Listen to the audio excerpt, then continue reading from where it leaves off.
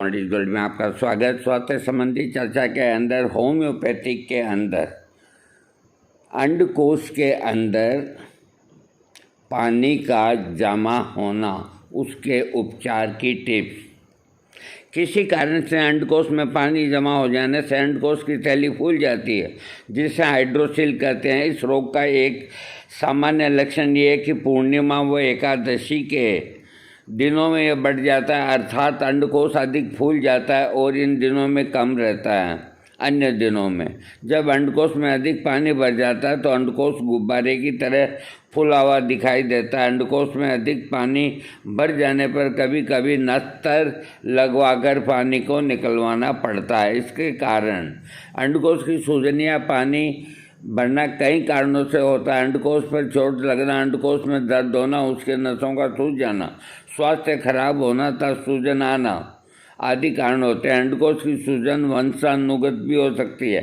कभी कभी अंडकोश की सूजन में दर्द बिल्कुल भी नहीं होता, परंतु वह बढ़ता रहता है। वंशानुगत रूप से भी अंडकोश में पानी भर जाने पर निम्नलिखित औषधियों का प्रयोग करना चाहिए। नंबर 1, दवा एब्रोटेनम। एब्रोटेनम 30 पोटेंसी का प्रयोग बच्चों के अंडकोश की सूजन अगर हो रही हो तो दिन में 3 बार किया जा सकता है। अगली दवा ब्राइनिया 30। यदि किसी बच्चे का अंडकोश जन्म से ही बड़ा हुआ हो तो उसके इस रोग को ठीक करने के लिए ब्राइनिया औषधि की 30 पोटेंसी दिन में 3 बार 4-4 घंटे के अंतर से देना चाहिए। चोट लगने के कारण अंडकोश की सूजन होने पर आर्निका 30 पोटेंसी, इसका प्रयोग 1 महीना तक करना चाहिए, दिन में 3 बार।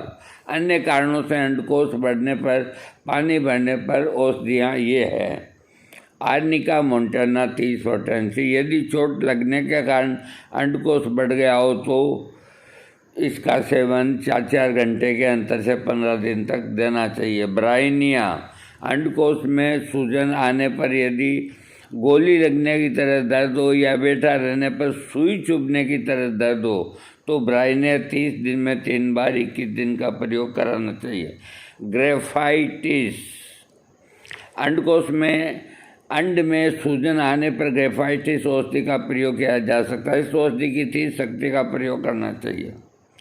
अंडकोश की त्वचा का सूख जाना, जननेंद्रिय इंद्रिय सूज जाना, बाईं अंडकोश में जलन होना, अंडकोश की त्वचा पर फुंसियाँ होना एवं कभी कभी इसके साथ स्वप्न दोष होना, इस तरह के लक्षणों में ग्रेफाइटिस 30 पोटेंसी दिन में 3 बार प्रयोग उचित होता है। रेडोडेड्रन, अंडकोश की नई सूजन के रूप में इस औषधि का प्रयोग किया जा सकता है। विशेषकर दाईं ओर के अंडकोश की सूजन में रेडोडेड्रन खास दवा है। और अंडकोश की सूजन में यदि अंडकोश की नई सूजन में दर्द हो तो ऐसे लक्षणों में रेडोडेड्रन 30 पोटेंसी की प्रयोग करना चाहिए। और इस औषधि से अगर लाभ न हो तो रस्टॉक्स 30 पोटेंसी का प्रयोग करना चाहिए। साइलिसिया, अंडकोश में पानी भरने, अंडकोश में सूजन आने के साथ यदि जनना अंगों पर पसीना आता हो, खुजली होती हो, सिर पर पसीना आए, रोगी का शरीर पतला दुबला हो और वह शीत प्रकृति का हो तो उसे साइलिसिया की 30 पोटेंसी दिन में 3 बार प्रयोग करनी चाहिए। यदि अंडकोश की सूजन पूर्णिमा अमावस्या को बढ़ता हो तो साइलिसिया औषधि की 6 शक्ति का प्रयोग करना चाहिए। अस्पंजिया, यदि अंडकोश में पानी भर गया हो और वह फूलकर लाल रंग का हो गया हो और ऐसा महसूस हो रहा हो जैसे अंडकोश टपक पड़ेगा, इस तरह के लक्षणों में अस्पंजिया 30 पोटेंसी दिन में 3 बार दी जा सकती है।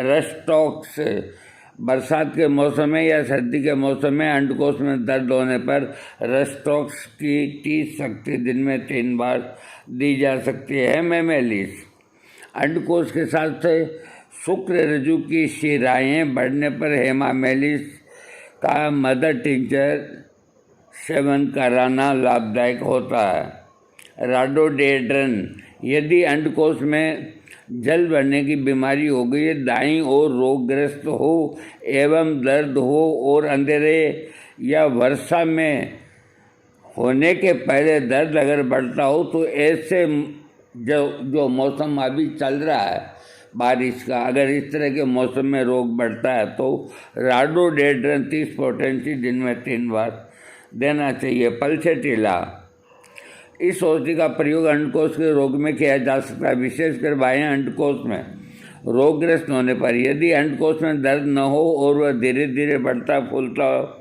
तो पल्सेटिला औषधि की 30 शक्ति में सेवन करने से दर्द में आराम मिलता है, सूजन दूर होती है। ऊपर बताई गई ये औषधियाँ टिप्स के अतिरिक्त बीच बीच में प्रयोग की जाने वाली जो दवा है उनका नाम है रस्टॉक्स 30, एपिस 30, सल्फर 30 आदि। थैंक्स।